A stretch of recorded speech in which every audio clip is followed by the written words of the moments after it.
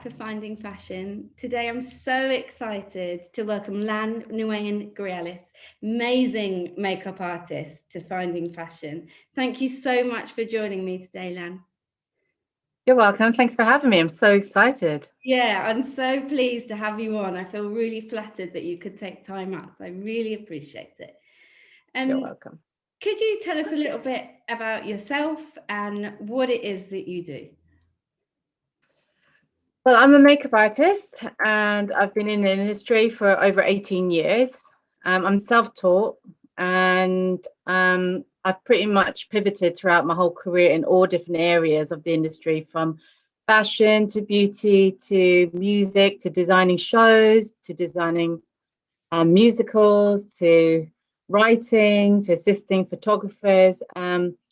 On a regular basis, I work from day to day mainly for my skin work, and then I tend to do a lot of creative beauty and problem solving as well for different brands or different briefs. So I do get around quite a bit. In the nicest possible way. Yes. And so you entered the industry studying fashion design and marketing at St. Martin's. And now obviously you've moved into makeup and had a really successful career in makeup over the last 18 years. How do you think that studying fashion kind of has benefited you for working in makeup and beauty? I think it's benefited me a lot. It's only like later on in my career that I've realized how much it has, because I didn't, at the time when I was doing fashion design, I loved the practical side, but I wasn't into the whole sort of calculating the business and the theory, because I'm a type of person, I like to be around people and actually hear. So I'm very factual. So in terms of visualizing and understanding what is fashion and what is not, I think it really curated my taste buds in terms of what is fashionable rather than something being vintage or something being period, you know, really understanding the themes and those sort of areas. So having that experience in terms of making things that are like on trend, or understanding colors and understanding textures, to understanding like what people want on a marketing level. That whole experience from man to woman to the model to the buyers, to having an exhibition, all those little things have all affected me into what I do now, and it really does influence, I think, what I do on a daily basis. It has really set a really good grounding base. I just wish I knew more about makeup at the time, but I wouldn't be doing what I'm doing now, and I wouldn't be enjoying it, because I'm learning so much all the time. It's like I'm never at a stop, you know. I'm always like, oh my God, there's this thing to learn about makeup. I'm like, oh my God. So it's so much fun. Like, I just love it so much. Yeah, I can tell, like, just looking at the work you create, you can just tell that you just have so much passion for it, which is so inspiring to see. So following university, after you finished studying fashion, you actually went on to work in a studio and, you know, worked as a photography assistant and a runner. How did you move around, like, the different sectors? Because I feel like you've kind of done a little bit of everything. Yeah, I mean, I guess if you look at it like on an apprenticeship level, I started from ground zero. So I started without knowing anything about the industry. You know, fate sort of took its course in terms of fashion design, because I was on my third, fourth year, and, you know, my ceiling collapsed and destroyed everything. So that sort of erased my career overnight of any sort of fashion career. Yeah. I don't know if you read that in my book, but that's what happened. And then I went on holiday, on a girls' holiday, 2 weeks later, and came back and started afresh. So that position that I started in was being a coffee girl. And that's when I fell into the studio, which was a photographic studio for makeovers. So from there, that's where I met loads of makeup artists, photographers, and I assisted a photographer who then took me on to Couture Fashion Week. That then led me to understand about lighting, because I was the one holding his lighting and just doing errands and, you know, getting the food and learning who the models were and all that sort of thing backstage, and then editing his work, you know, for press. So that was a whole different aspect of learning about lighting, because in those days there's no social media, there's no retouching. Digital had just come into play on the big way, because most people were still shooting film. So I learned everything from behind the scenes to the front of scenes to seeing it in the magazine. So that whole process really helped me do a lot of other stuff, you know, and from day to day, I just kept meeting people, and then it just led to another opportunity. So before I knew it, I was doing, you know, makeup, I was assistant photographer, I was traveling to all the shows. And then in between, I was doing a few clients here and there on weddings and making money. I always like made a little bit of money. So I never felt like I had to, you know, work for free. It was only later on, maybe about, I always say about 7 years or 8 years is when I sort of switched. And that's when I knew I was going to become a makeup artist. I take it seriously. So having all that experience led me to that. Yeah. And I read in your book that you had a bit of a chance landing in beauty, because when you were working on a shoot, you had to step in as a makeup artist. So where did you, like when you were handed those brushes on that shoot, and you weren't a makeup artist, like where did you even start building a look? I was, luckily at that time, I was into those magazines, you know, like Miss Mag and, you know, those teeny boppy magazines. And there used to be, you know, those gift flyers that used to say, if your eyes were green, then you should wear this sort of makeup. If your eyes are brown, you should wear this sort of makeup. So I was in that sort of age of teenage experimentation, and I had really bad acne at that time. So I was already sort of aware of making myself look better, so covering up my spots. But I had no education, so I was just copying what it said on this little piece of A5 piece of paper. Ordered, you know, stole my mum's card and ordered the kit that kept coming every month, a whole new look. And I used to test it out on myself. So I was very aware of doing my own makeup. So when it came to doing somebody else's, my point of call was to listen to what they wanted and give them what they want. And, you know, my first client, like, she absolutely loved it. I just said, you know, what do you like? What do you want? And with the products and the brushes I had, I just went for it as if it was my face. And, you know, lucky for me, it went down really well. And it just, I haven't stopped since that time. That was 2003. Yeah. So from that moment, picking those brushes up, I haven't stopped. I just wanted to do more and more and more. But for me, it wasn't like an artistic bit. It was more, at the time, I was like, wow, I'm making someone really happy. So that's the bottom line of what I do makeup for. It's not about me or trying to show off what I can do. It's actually about actually sticking to a brief, working with somebody and making sure that they're happy. So I've got more of a business sense to it, I think, coming into the makeup world. It's powerful how you can make people feel with makeup, isn't it? Like you can make them feel everything from girly to sexy to pretty to vampy, and it's all by the medium of makeup.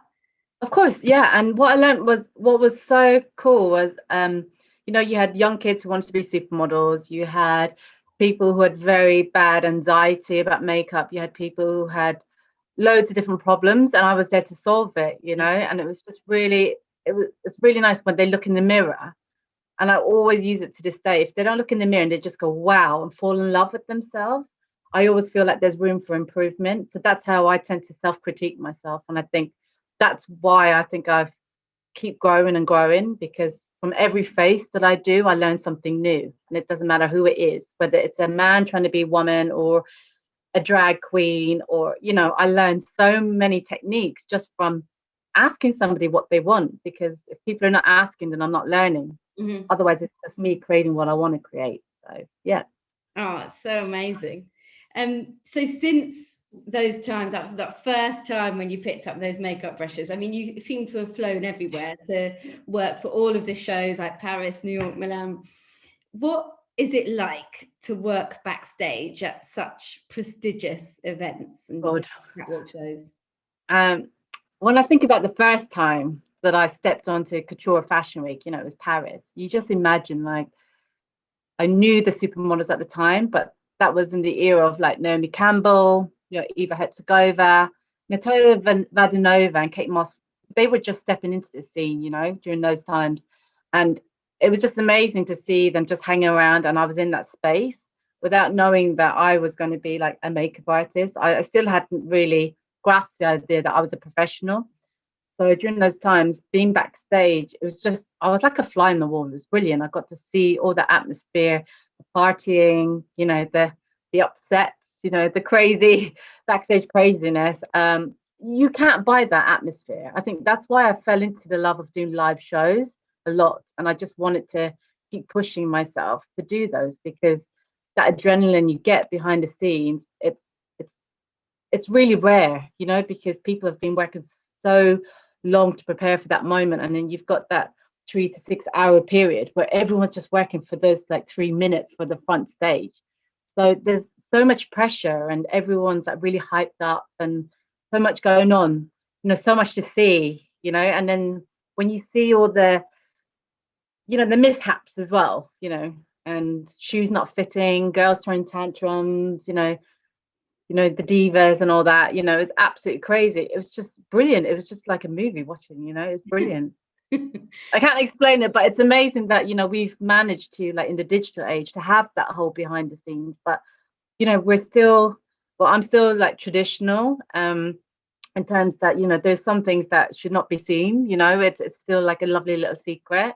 For a lot of big brands, you know, it's still like you're not allowed to show certain things. But, you know, I just love the whole process of backstage, because when you look at the front stage and what you get at the end, it's just, every time you see that picture of front stage, or when they're on the catwalk, you know, it just brings back so many memories of craziness of what was happening behind. So yeah, I love it. Every picture tells a story. Well, I read about a particular crazy time backstage when you were holding a camera for Mario Testino, yeah, having conversations with Paris Hilton and Shaggy, which just sounds like pretty surreal to me. Yeah. Have there been like any occasions, like working with all of those people, that you felt really starstruck? Not really, because at the time I didn't really know who they were. You know, I just remember having a name, but I didn't actually know they were like who they were at the time. You know, so when I was there talking to these people, I'd be like, oh, Shaggy, yeah, you're a musician, but it wouldn't really convey in my mind, because they were the ones that actually approached me, or it just happened to be in a situation where it was just organic. It was like, it didn't really bother me, because I didn't turn around and feel like I was a fan or anything, because by the time I processed it, it was like, oh, it's too late. It's happened, you know. If anything, I ran away from it. And I think that's why at that early stage, I'm lucky that I went through it, because it made me feel like I didn't want to be in that sort of arena, because the pressures was so high in terms of being in the press and stuff. I learned a lot, and it was nice to be able to talk to, you know, all these people, just like asking normal questions, you know, without any stigmatism, or they were not worried about me going to press or anything, because I wasn't really bothered about stuff like that. So I remember I was approached once, because I had, you know, little Polaroid cameras that I used to just snap a document. They all went down in my accident, by the way, when my ceiling came destroyed, everything in my house. So I think I've only got like, I remember I sent the rolls into Boots, and I only came back with like 3 rolls or something, and disappeared. But I do remember all the stories, because they're so personal. And yeah, just like hanging out with Paris Hilton, like she came to me because I had green eye makeup on, and I had this beanie, and I looked quite cool. I used to be so inspired, and I dress up like these models backstage, you know, thinking I was like, oh, I looked amazing, but really I was like, God. I did not. But, you know, at the time, you know, she loved my makeup, and that's why she grabbed me. She said, can you come and do my makeup? And I was like, no. I was like, no, I'm not a makeup artist. And then, you know, I was invited to Alec Weck's birthday party with Naomi Campbell. And then even then I was like, no, I don't really know you. So I was like, I can't really go out, you know. So there's a lot of things happening that, you know, I got invited to a lot of parties in Paris, but, you know, at the time I was just like, I don't really know you, you know, I'm a girly, so I was like, I'm not going to go to any party that I don't know anyone. I was scared more than anything. So yeah, but now when I look back, what amazing experience I had in those positions. Yeah, so amazing. And you've worked with so many amazing photographers as well, some that I have worked with in the past, and some that I really admire, like Johnny Story and Daniel Nadal, who I've worked with, but also you've worked with Rankin, and that must have been incredible. But the thing is, it's like all photographers have like such a different shoot style. Yeah. What do you think is key to working successfully with, with different photographers who are all so different? I think it's really important to work within their styles. Like you said, they do have their styles, and generally photographers, if you have that communication, they do like to discuss what you're going to do. The big photographers generally have an idea. They either hate makeup, or they love makeup, or they have certain pet hates, or what I've learned over the time is just to understand where they're coming from and what they do and what they don't like, and then you sort of just make sure you stick to that plan and work with them. Otherwise, they won't book you again. So over the years, obviously I've built relationships with different photographers, but also for them, they work with different makeup artists depending on the brief that they get. So they tend to go with every makeup artist they can see our skills, from the retouching aspect to the creativity aspect to what we're going to achieve. So, and it's a personality thing as well. You won't get on with everybody. It's just a normal thing, so if anyone's listening, don't ever be put down that if they don't work with you, it's not that they don't like you or they don't think you're good enough. It's just that they have a preference in terms of atmosphere and somebody else they work with. So it's very much a team collaboration. So I've learned a lot through photographers for sure, and I do tend to keep to the brief. I don't go off and say I'm going to do this and then they're surprised I do something else. I do make sure that I don't give them no surprises. So when it comes to fashion, obviously it's so important to be able to create makeup looks which complement the outfits. And you've worked with some amazing stylists like Carl Willett and Rebecca Roy, who are just incredible. I love them. How do you work with those stylists to create makeup looks which are going to work seamlessly with styling? Generally, it depends on the brief. A lot of editorial fashion, it's generally based on the theme of of when it's coming out, what season. There's usually some sort of relationship in terms of what type of the clothes are going to be. So if the clothes are really strong, generally they know that they can get something a little bit creative from me, but it doesn't mean I'm going to overtake the whole shoot.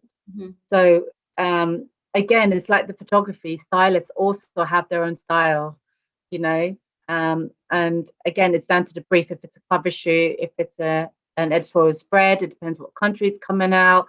Again, there's all these different elements, but I'm always aware of the things that I can do. So for example, I can if the clothes are just so much color, it's a matter of, do I do something to complement the color? Do they want something more creative? Or we discuss, maybe it's such a beautiful model that we should just let the clothes sing and keep everything pared back. So generally you'll see a lot of editorial where it's quite natural, and with the model, it looks like we haven't done any makeup at all, but you'll get more with the hair, or vice versa. So I tend to save all the sort of really creative stuff and the collaborations for more of the beauty, or if it's like 3/4 cropped in. So it depends on the story and what we want to convey, but we always have to mood board it out. I'll never just go in not knowing what I'm going to do. I always have to come in with loads of ideas and give them options. But it's only until on the day generally that we decide, okay, definitely let's go with that, because you see it all in context, on the shoot day. And you have the model there, there's only so much that you can plan before you've got that model's face in front of you, and you can work with their bone structure and everything to find a look that will really suit them. Exactly. And sometimes, I always say, if you've got a really striking, strong model that's got striking nose or eyebrows or lips, that can lead the whole shoot. So I always hold back a bit until I see the hair and situation, because again, hair is such a big thing. So I always try and keep the face as a blank canvas, to be honest, and then put all those other elements in, and then come in at the last minute and say, okay, I'm going to glue this all together to make the look now. So either we'll go, do we keep to natural, or do we give something on the eye, or do we do a lip, or is it all about dewy skin? So again, it's all these little options, and it's like having a little catalogue of looks is how I see it. That they can have anything they want, but it's like, okay, what is everyone going to be happy with? That's going to give us the best image and make the girl the strongest. help sell the clothes. Yeah. How does it work when you're doing runway shows? Because is it more collaborative with the designer, or are they quite specific when they've got their collection and they tell you what look? The designer, like working with shows, the design, again, it depends. If it's a new designer, they tend to want to have it all. You know, they want to have the hair, they want to have the makeup, the clothes, the styling, the nails, everything's boom, you know, really, really strong. But then you've got the seasoned sort of designers who just want their clothes to sing. So it means like they just want a nod, the muse. So it could be just a bit of a flush, be just lips. Generally, if you look at like spring, summer, autumn, winter, you know, it's already broken into two. So you've got like spring, summer generally is like, you know, aspirational, quite fun colors, could be quite rich, red lips, beautiful skin, it could be freckles, little things like that. And then autumn, winter can be a little bit more dark, a little bit more stronger, more of an eye. And you always find it's either an eye or a lip each season. And then the different things will change as type of skin or the type of model. You know, and with the whole diversity thing, now you're getting such a big influence of individual looks. So it's a lot of it is a discussion, and it can take months. You know, generally, like we do one season, and then we're already talking about the next season. So it all lays down to the designer of what clothes, what textures, who they see their muse as. But once you get to know the designer, if you work with them a lot, you tend to figure out their loves and their hates. So when you try and choose a color that you think is on trend, but you know, they've got this like color that they always use every season, it's like it's pointless trying to put it on because they'll just go, no, don't like it, you're gonna have to change it. So it's one of these things, but we do discuss it a lot. Then we do lots of tests, so it could take weeks or days, or you know, and sometimes, you know, I've had it where we've changed the whole look just before the show. Where the designer's just walked in, or the head stylist created like, no, I've changed my mind, I don't like it, right, get it all off, we need to do something else, you know. It's like, oh yeah, so that's probably the most scariest part. Yeah. How do you deal with the pressure when something like that happens? Because there's you, but there's also a team of makeup artists like working backstage. Like, how do you manage everybody? By having a really good team.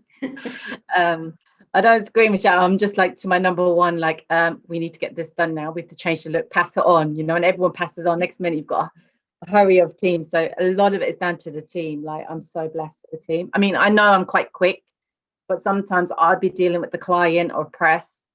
So the team will have to get onto it. So you always have that in the back of your head to be prepared that anything could happen. So, you know, there's sometimes, you know, people have come to shows like, no, this is not for me, because they can't handle the stress. But I tend to have quite a good team that are quite relaxed, and they thrive on the adrenaline and working really quickly. So we're always prepared. Yeah. How do you pick your team? Is it a recommendation? I prefer recommendation rather than someone cold, but there's been times where someone's just happened to message me when I needed somebody, and then I just bring them on a shoot or something, or just meet up with them for a quick coffee, and then I just like their vibe and I like the work. And for me, it's a lot about attitude, like, because I can teach anyone the skills, but I can't teach them to have the right attitude. So generally, I think you do attract that vibe with somebody when you meet somebody. You do sort of, you can tell, I think, in the first few minutes if they're the right person for you, because their energy. And a lot of like clients would say, like, my sort of team energy is, we're like little ninjas, you know, we're like seen not heard type thing. We literally just whip in and whip out, because that's the way we like to do things, get the job done, and then we go out and have fun later. You know, we're quite quiet backstage, you know, because everyone really wants to do their job. So yeah, I mean, I've at the beginning stages, because I never assisted anyone, so I didn't know how it worked. So what I ended up doing, because I did a show once that was sponsored by someone else, and I didn't know anyone in the team, and everyone was doing different stuff. And I was so confused I told them what they had to do, but they all decided to do their own thing anyway. So for me, that really baffled me. So I thought I would never, ever take that risk again. So I've always been quite regimented and being careful of who I pick. But then I do like workshops and seminars and things like that when I want to find more people, because I want them to see what I'm like, so then they can get in their heads of what I expect. So when they come and assist me, they've just got that little step ahead, so they know whether they want to work on my shows or not. And I can tell straight away as soon as someone's like picked up a brush and just how they set up their kit and how they start doing the base. I know if I want to work with them or not. And a lot of my team have gone on to do it very well. That must be so nice to see. It is. And, you know, we've been together, you know, for nearly over 10 years, a lot of my assistants, you know, so it's almost like we've grown together and we're like friends. Mm-hmm. And that was one of the biggest revelations that we learned in the pandemic. It was like, oh, actually, everyone's going out to do their own thing exactly at the same time, because they were all learning with me on that journey of what I was going through as well. So it's not like I'm up there and all of a sudden I've got loads of assistants coming in where I'm giving them everything. Like they sort of learn with me because I'm still finding my feet as a makeup artist as well. So yeah, we're all learning together. So I think they're ahead of the game in that sense. Yeah. I think that's key, isn't it? Really, like just to keep on learning the whole time, because there's always so many trends that come out every week now. There's trends coming out that you see, like with social media and the shows and popular culture, that, you know, you've got to be like responsive the whole time. Yeah. That's one of the things. That's why it never gets boring. And I think creative people are generally can get bored quite a lot. So it's nice that, you know, we're in an industry that it never does get boring. Yeah. Like we have always so much to do. I have your book here that I was reading this month. I absolutely love. And one of the things that I loved about it was how you talk through all of the, you know, your different inspirations, and you talk everything from, you know, like Downton Abbey to even like Cubism and different artist eras. Like, where do you look for, like, to pinpoint those kind of inspirations? Where do you really look, and how do you change them and make them into a makeup look? I would probably say I'm the type of person that I like to try and think of something new all the time. I mean, everything's rehashed anyway, so it's trying to go against the grain. So if I see something that it's one way, I'll always think, well, wow, if it really catches my eye, I won't necessarily copy it. I think, okay, what is it that I could do to make it a bit different, but still pushing the limits a bit more, so it's still something that people haven't seen. So, you know, it's always trying to give it that modern twist. I think I love contemporary, but I love looking back at the history and then reinventing the wheel and make it more modern. So when Downton Abbey came out, I mean, I shot this before, just as that was released. I think it was with a Singer Man, you know, it really inspired me with Tom Ford and going into film and stuff like that. I could see that there was a switch in terms of makeup. You know, it was becoming more modernized. It was more simplified. It was getting really fresh, more dewy. And because a lot of the film sort of area was quite, you know, old, cinematic, quite raw and soft focus. So I was like, oh, you know, I can see a change happening here with Downton Abbey being a bit more modernized, the hair being a bit more brought forward. So I wanted to push those boundaries, and, you know, that sort of made me want to go back into the 60s or whatever and pull it forward and try and give it an arty twist. And for me, it was just more about like trying to always incorporate the history, because, you know, we're not inventing anything new, but we have to be inspired by what has been. So it's always given a reference, because I think with education, it's like it's a wheel, but if you keep learning about the past but not doing anything with it, it doesn't make it new. You're just rehashing everything that's already been done. So from my way of thinking, it was about always trying to put my own spin on everything of how I see it. So that's what I was trying to do with the book. It's like, okay, everything is already there for us to learn, but how do we bring it to the modern age for the kids that are reading now, or anyone that's looking at this book now? Because in 10, 15, 20 years time, you know, we can see with Bridgerton and everything, it's re-changed again. So, you know, my book will be history and part of this era, but then we don't know then, you know, in 15, 20 years time, how it's going to be then. So, you know, I'm always trying to look to see in a 5 to 10 year period, you know, what I do. Can I see it in the future of how it could be? So Yeah, there's been such a big shift, and it's amazing to see, like back then in 2000, and I think, God, I can't remember when I did. I think it was 2009 or 10 that I started thinking about it and researching before I launched it in 2015. So if you think of it, like I was already five, 5, 6 years ahead already before in ideas before I actually visualized it out. So it doesn't come out overnight. I sit in a very long time. If you saw my my bookcase, I've literally got like notepads and notepads of sketches and just little things of just anything that pops out my brain, I'll just write it down. I'm old school like that. But it comes in handy. I love a list, so I feel you. I love lists, yeah. So since, as well as all of your creative work, you've also turned your hand to working closely with a lot of brands as well. And you helped to design L'Oreal's 50th anniversary show, which you collaborated on with Trevor Sorbie, I believe. What do you think that big brands look for in creatives?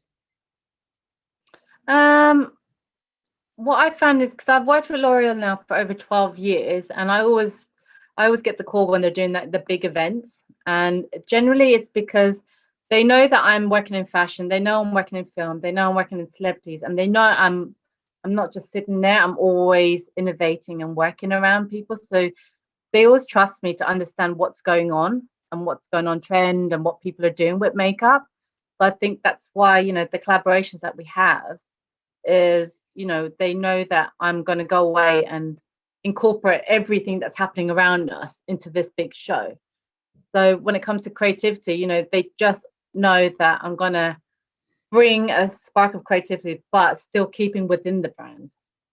They know that I understand the L'Oreal way. There's certain things that they like. It has to be a certain finish. It has to be inspiring. It has to be forward thinking. So they know that, I'm not going to be the person to be sitting down working with the same brands, doing the same things from day in, day out. I'm not just a wedding makeup artist, or I'm not a film makeup artist. They know that I've got a 360 view because I'm always working with loads of different people. So they like that, I guess, because I bring in different insights from different influences, if you say. Because doing the show with Trevor, he opened up a lot of doors for me in the hair industry, and I owe them a lot. But from that, it's always been I've been able to just reinforce my skills on a bigger scale. So it's not just like with fashion, obviously you have a certain way of doing things, but when you're doing live shows like that, it's entertainment. So you really get to push the boundaries and really play with loads of ideas. So that, I've learned loads of new things from just designing for those sort of shows. I love it. I bet it must be just so exciting. Like, what an amazing thing to have achieved. It's incredible. So you've also been so lucky and very well deserved, obviously, to launch your own makeup palette with Revolution, which was such a pivotal part of your career. How much creative freedom did you get when you were developing the palette? Pretty much all of it, actually. I was quite surprised that I was allowed that creative freedom. And the way it happened was, I'd been speaking to Revolution before they even got it, before they even launched, and we always wondered what I would do with them, or whether I'd work with them, or join a team or whatever it was. But I'm always doing my own thing anyway. And it just came to a point where actually they started collaborating with different influences, and when it came to having my book, the Pro Makeup Design book, I wanted it to work and coincide with some sort of a makeup palette that could be transferable for the book, which was to use products that could be used on the smudge charts that I had created. So I wanted something that was more interactive because it hadn't been done before. And so we kept bouncing off ideas. I was going to do crayons, I was doing paints, and then it was oh, actually, palette's like a book. And then I started mapping out, and it took me about 5-6 months to actually come up with the idea. And then I started drawing it and visualizing it, and then before we knew it, I was getting samples in and doing the whole thing. And the finished product piece was they were really impressed with it, that it went into Superdrug, which was the only palette that has done that. as an influencer, and being the first pro makeup artist to create something as well was like such an achievement, because I chose the color specifically. I was able to voice my opinion on why I was doing and picking what I did, and no one would really understand unless they worked with me, because they know my colors, what I choose. And that palette is like a multi-use purpose palette that can travel in the airports with. It's light and easy to use. It works on all skin tones. But the fact that it was like you could use it for so many things, like it's lip and cheek and eyes and creative. I just wanted it to be something that people could experiment with. And so it was amazing that they just let me get on with it, because as an artist, you can see it, but they don't, so they was like, okay, you just design it, you tell us what you want, we'll get it made up, and we'll keep coming back and forth and do it. And then, and they said it was actually within 9 months. It was one of the quickest palettes ever made. I did really well. How did it I was really chuffed. How did it feel? How did it feel walking into Superdrug and seeing your palette on sale?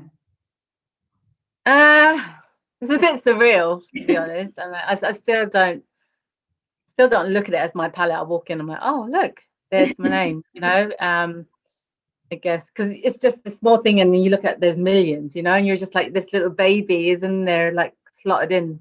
I mean, I'm really proud, and I'm glad that I did it, because it was such a good learning curve, because it's something I think any makeup artist would love to do, is create their own thing, and it was good that, hearing feedback, from artists, within the industry, from America to Asia to people in Hollywood sets, saying, Lan, I use your palette every day, just to hear that. And people are in like a Pinewood and all these amazing sets doing amazing things, saying, oh, your palette is a gift. And even celebrities that rely on it, for me, it's like, I've done my bit, I've created something that has brought something to everyone's makeup kit, it makes me feel good. Yeah, I'm not surprised. It's incredible.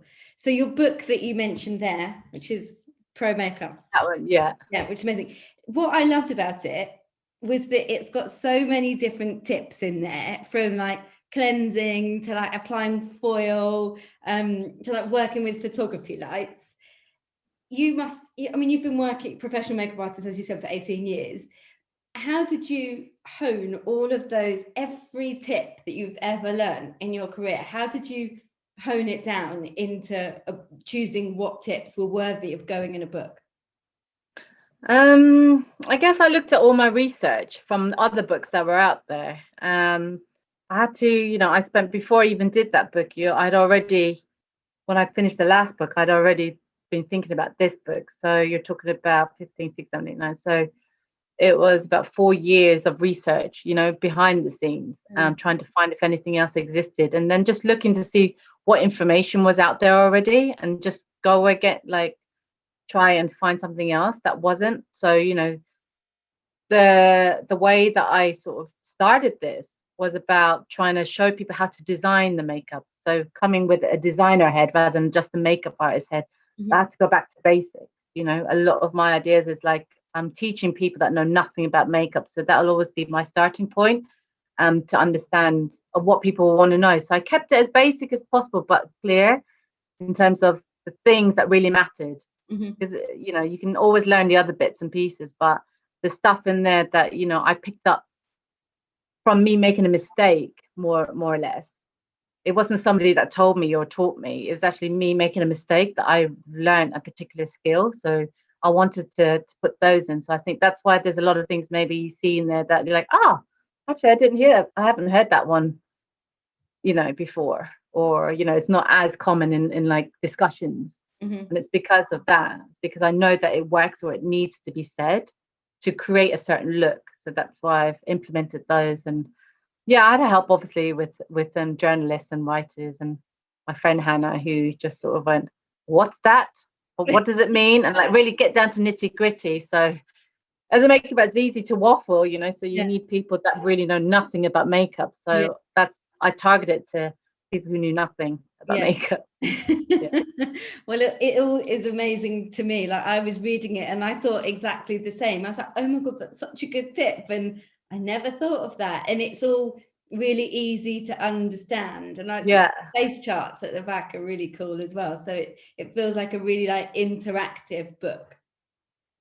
Yeah, and I was really trying to reach like more the school market, you know, the younger, and also like people like yourself who wouldn't necessarily think of not being a makeup artist, but you're still curious. And like, what if you just dabbled in a bit of it, you know, by drawing and painting? It's quite therapeutic. Yeah. So for me, it's like if you're physically drawing on piece of paper, you're already getting into the groove of designing makeup because it's a flat canvas. You're not like, by having the sort of skin tones that I put on, you're already visualizing someone else on the face. So you're not, you know, you're not being faced with just two eyes and a mouth. You know, you've got some sort of feature that you can actually go, oh, if I just put red lip, blue eyeliner, it looks like a piece of artwork, and you can be proud of it. So it encourages you to do it a lot more. So then you get used to actually painting, choosing colors and drawing. So yeah, that's what I was hoping anyway that's happening to people. Well, obviously you've got the book and you've had your palette, and you know you've worked on so many different projects with, obviously with Trevor Sorbie, as you mentioned, and with L'Oreal as well. And you've actually been recognized as one of Ireland's most inspirational women. What, along with a host of other makeup and beauty awards, what does it mean to you to be recognized as such a leader in the beauty industry? It means a lot in terms of coming from an area that I wasn't sure that I could be anything, I could make anything of myself, and not wanting, you know, I never started my career wanted to be a makeup artist or winning awards, or things that have happened has just constantly surprised me. So it is very humbling. And I guess in that way, I'm like, oh, okay, you're giving me an award, but why? You know, give it to someone else that really, you know, really wants it. It's not that I don't want it, but it's just like I get embarrassed sometimes, you know, because I'm like, oh my God, because in my head, I'm still not processing the fact that, yes, this is where I've always wanted to be. It's like I'm just doing my thing, just being creative. But it's nice to be recognized, if, especially by people who don't know me. I think for me, that means a lot more, because it means that they've looked at my work. They don't necessarily know who I am. So it was all judged on the work that I've put out, or the education, like winning the Golden Mask Award, you know, it wasn't until I actually received it that I realized how big a deal it was. And, you know, and I broke down in tears, because it just went all the way back to my childhood of not being told in a creative industry you can't earn anything, you can't do anything with it, there's nothing you can do with creativity, you know, like just always had that at the back of my head, been drummed in as a kid, like you'll get nowhere. Be able to be recognized on a world scale is quite it's very empowering, because you feel like, okay, you have a responsibility to inspire other people and get people to go, you know, to believe in themselves to do it, and changing that mentality, you know, it's really it's really humbling. So yeah, it's amazing. Embarrassing. But you know, I use it, I guess, in America, you know, they absolutely love that sort of thing, you know, like you've won an award and stuff. I'm like, and in the UK, it's like, oh, it's no big deal, you sort of hide it, you know, like when I speak to people like Ruby or Errol, who's got MBAs, or, you know, I'm like, oh my God, no, it's nothing compared to like your hundreds of accolades. I'm like, no, you know, it's, you know, it's just amazing to be able to be recognized. I think it's nice. It sort of gives you some sort of reward that you're not doing it for nothing, that people are looking. And you also travel the world, going around and working with education, and, you know, working on seminars and beauty events and schools as well. And that's a big part of your career, is that education element that you've touched on earlier. Why do you think it is important to you to be a part of nurturing that young talent? I think it's really important, because I want the industry to carry on being as great as it is. You know, before social media, it wasn't heard of, you know. There's a lot of taboo about being in the creative industry, and I feel like a lot of creative people have, you know, a sense of duty in terms of, you know, they're always trying to prove themselves, when the creative people are just so amazingly talented. They've got a brain like nothing else. You know, they come up with creative ways to do so many things and solve many problems, but I don't think it gets enough recognition. So from me just doing my part and just the makeup side, it just breaks down those boundaries. And I hope to open it on a bigger thing, because I feel like people should aspire not just to be an influencer or a blogger. You know, it should be, people should like really want to make a really, you know, go with the career, because it's so rewarding. You know, there's just so much you can get out of it. That I feel like if I keep talking about it, and then people feel like, oh, actually, Lan's achieved it, so I think I might have a go at it. But at the same time, I want people to understand it is hard work. You know, it's not something that you could just rock up and then that's it. You know, like it is really more than a 9 to 5 job. But once you get into the rhythm and you start pushing yourself, there's a lot more you can get from it. But I don't think there's not enough information to inspire people like that. They just think they just turn up and it's all the glamour and the fame and the celebrity world, and you know, they'll have a career overnight. You know, but you ask anyone in the industry, it's hard work maintaining a good long career. You know, because I always tell, you know, when I speak to people that have given up, you know, I'm like, oh, how long did you do it for? And they're like 3-4 years. And I'm like, no, you got to keep going. You know, it takes up to 7 years, but like, trust me, once you get there, you know, it is amazing. But there's so many elements. It is like self-business. You know, you are your own person, but the freedom that you get when you get to a certain level is like, I always get asked them, what made you think that you made it? And I said one day, like, it was when I walked into, I know it was strange, but I walked into MAC Cosmetics, right? Went in there, everyone knew me, and I said, oh, I just need to get through this. Yeah, just walk around and take whatever you want. You know, to be able to come in and to walk into MAC and everybody know who you are, and they're like, oh yeah, that's Lan. She's just going to get some stuff, you know, from the PR or whatever, let her choose whatever she wants, you know, and to be able to go out, you know, from that, it's just like an amazing feeling, you know. For me, that was when, I definitely made it. Like, I don't pay for makeup as much anymore, you know, just to have that sort of, it's like, it's amazing. I need to come shopping with you. It's not like that anymore, though. Budget cuts. Yeah. So I've got to ask you about BBC's Glow Up, which everybody seems to be talking about, which you were a guest judge on in 2019. How were you approached to be a part of that show? It was actually my book. They had my book, the art and makeup book, and they asked me, could anybody at home, sitting at home, be able to create what I create? And I said, yes. Why not? And they were like, oh, because, you know, it's so, you know, so theatrical, it's so detailed, you know, but isn't it really hard to create? And I said, no, it is, it's hard, but if you've got the right tools and the right tutors and the right guidance, you can do it. Because, you know, I'm self-taught, I've created it. I said, I don't see the reason not. So when we were talking about all the different areas that people would have to go in order to get the show on the road, it was an amazing thing, because obviously we've seen a lot of commercial entertainment shows, but we haven't seen a serious part that shows actually what, as makeup artists, we have to do. So, you know, my sort of take on it was like, if they showed the audience, you know, all those elements that what makes us as makeup artists, I think it would have more of an engagement in terms of aspiring people sitting at home to go, oh, actually, I wouldn't mind doing that career or having a go at that. And so it was nice of them to get me to consult a bit and then come on as a guest judge, which was for the Fashion Week, which was really fun. Yeah, I bet. And I think it, like you say, it's really important, because so much of the time, like, we see the finished product of a makeup look in a book or in a magazine or on a runway.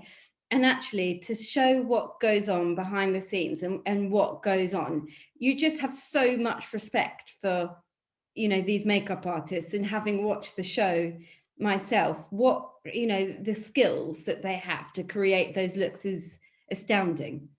Yeah. I mean, like the skills from each and every one, from red carpet to music to the TV, you know, these are like really long careers. You know, that's why they say, you know, try and focus on one area, because it takes a long time to master that area. You know, it could be 15, 20 years, and it's long. You know, the people that they had as judges have been doing it for 20, 30 years, you know, and at top of their game.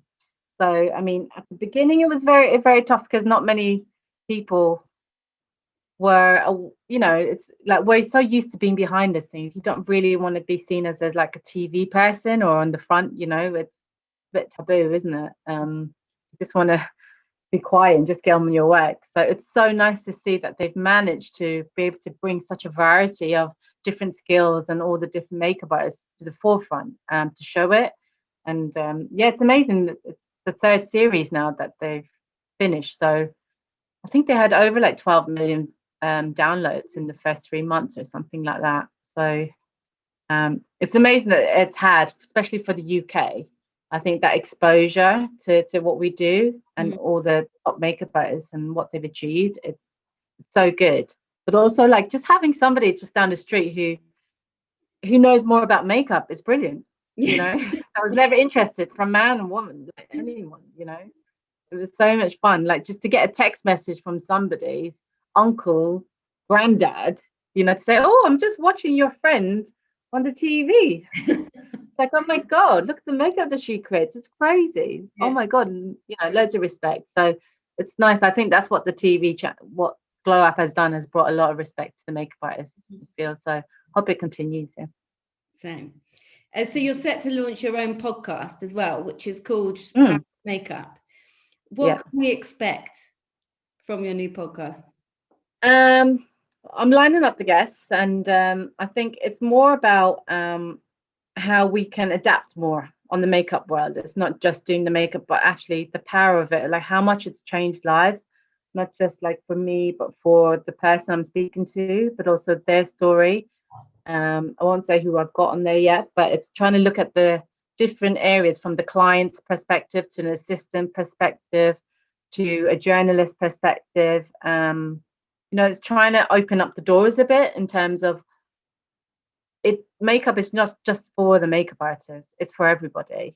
You know, it's creating confidence from every field, from somebody who's just trying to solve problems to the skin regime, to building confidence, to somebody in theatre, or to somebody who needs or relies on a makeup artist for their job, or a celebrity, or, you know, there's going to be such a big mix of all these conversations that I think would be nice, because it's not only, as I said, it's like every experience is down to that person, and these are stories that you wouldn't have heard before generally. So I just want to open those doors for people who really do evaluate makeup and think makeup is like a superpower. So it could be like yourself, you're wearing red lipstick right now, you know, there's probably a whole story behind it. Yeah. You know, I don't really wear red lipstick, but in the last couple of years I've sort of pushed myself a bit forward because I found the textures that I really like.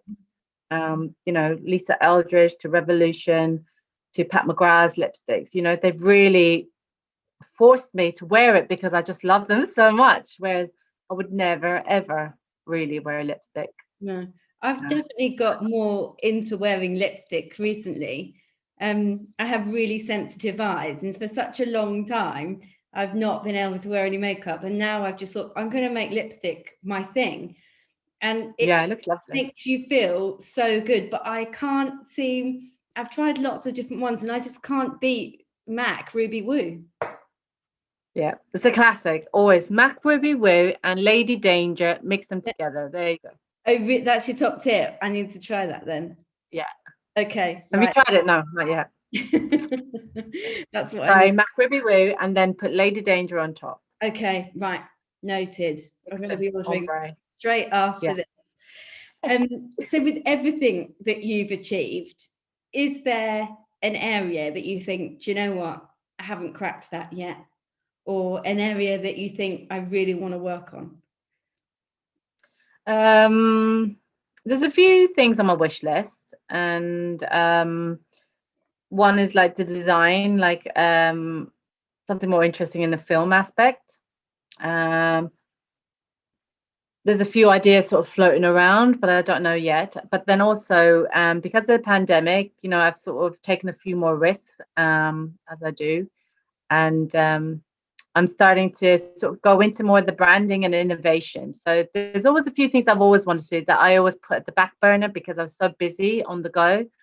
But with having a new baby coming and trying to set down boundaries, and it's like maybe it's an age thing, I don't know. And with the whole pandemic, it's trying to like, okay, grow up a bit and start setting myself like some real tangible tasks, you know, and goals. Because before it was all about passion, it was all of ideas, bringing like different ideas to life. So now it's like, okay, what are the big things now that I've always been scared to do? And I'm just going to take that risk. So that's what this year is for. I've actually started to write strategic things, bring people in and start working on a bigger scale, and to push myself more into creating something that's going to be left behind. That, you know, it's almost like my sort of, I'm not saying retirement, but it's almost like the stuff that I really wanted to do, but I always had an excuse to say, well, I don't have the time, I don't have the money, I don't have the people, I don't have the team. And actually I've gone, you know what, sod it, I'm going to make it happen. So this year is about actually making a big business happen. So I'm hoping that will be the next thing for me. Oh, yeah. Advice for life. Just go on and do it. Sod it and do it. Yeah, that's it. Just do it. I'm not gonna. It's like whatever. Now we've been through a hell of a lot. Like what else could happen? Yeah. So yeah, I'm just gonna go for it now. Before I'd always have like a safety net of a plan B or a plan C, but I feel like I've done all my plans, and now it's like, okay, you've got to come up with a new strategy now and just start doing all those things that you had plan C's and bringing them out to the forefront. So yeah, I've realigned myself and just given myself another 5 years to smash out the rest of my goals.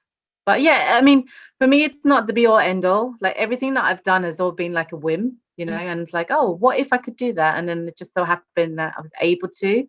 But now it's actually like, okay, now I have to put all my experiences and actually make it useful and create something really tangible and help others. So yeah, that's the whole thing. So I read in your book that when you were younger, and you mentioned this briefly earlier, but that you were always told as a child that you should get a proper job, like a doctor or a lawyer. Yeah. What do you think like the pivotal moment in your career was that you thought, I've made the right decision here? I would have to say when I did my makeup show.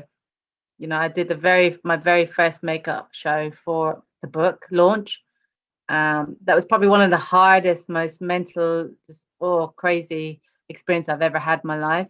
But seeing my parents sit there with my baby and my husband and family and all the industry people, and to know that there was 1,000 people still queuing up outside who couldn't get in, wow, really blew me away. It was like I brought everyone that had helped me on this journey and involved them in some way to create this tangible show, which was listed at Fashion Week, which was attended by a lot of influential people and celebrities. And I just remember just thinking, holy shit, on the day, I had a eureka moment. You know, like as an artist, you're always looking at inspiration and ideas. And I had almost like a panic attack, and my team had the same. And they were all asking me, Lan, what do we do? What makeup do you want? These were the looks. And for the first time in my life, I realized that we were not like, they were creating my looks. They were not stealing, because you'd always say, don't copy anyone else. You've got to do your own take. You've got to inspire. You can't like pass off anyone else's work as your own. But at that moment, when I was walking out the door, I was going crazy. I was like shouting. I was like, oh my God, the show's going to start in 3 hours. Like, move on. And I just stopped everyone in their tracks. And I turned around and I said, you're copying my stuff. It's my work, my book. I created it. I didn't rob anyone. I didn't copy from anyone. You just copy whatever you see in that book. Those images, the look that you have to create on those models, just copy it from a T. That's all you have to do. You don't even have to think. Just copy the red lip, copy the eyes, copy whatever. I said, it's my work that you're copying. It's fine. It's me. It's my show. Just go for it, you know? And I just remembered, like, I felt like that eureka moment with the angels are singing, you know, in your head, you're like, oh my God, that was a really pinnacle moment for me, because it was like my whole team were copying my stuff that I created in my show. And it was that moment I was like, wow, I've actually made something of myself, because my mum was there and she was videoing and she's like, why have you got all this free makeup? And why are all these people working for you? And why have they sponsored you? And why are they here? Like, she's there like doing her little FaceTime like thing to her friends and her live Facebook streaming thing, going, yeah, this is my daughter. This is my daughter's show. Look at all this free makeup. And then she'll see a celebrity. She goes, can I have a picture with that celebrity? And I was like, oh my God. But for me, like they were just like, and everyone was like coming up shaking their hands. And for them, it was like, you know what, we're really proud of you. Apart from that and getting married, and having a baby, I think it changed their mindset, that they were actually really pleased that I stuck to what I did and I did what I did. Yeah, I think that was a moment for me for sure. Yeah. Well, it's been such a delight to talk to you. Like, I've loved like hearing about your career. Thank you so much for sending the books. I've honestly like so enjoyed reading them, and I can't wait to listen into your podcast. I'm obsessed with podcasts and I need a new one. So I can't wait for that to launch. But thank you. I really appreciate it. Oh, you're welcome. Thanks for having me. Not at all. Thank you so much. And I'll speak to you soon. Thank you. Take care. Bye. Thank you. Goodbye. Bye.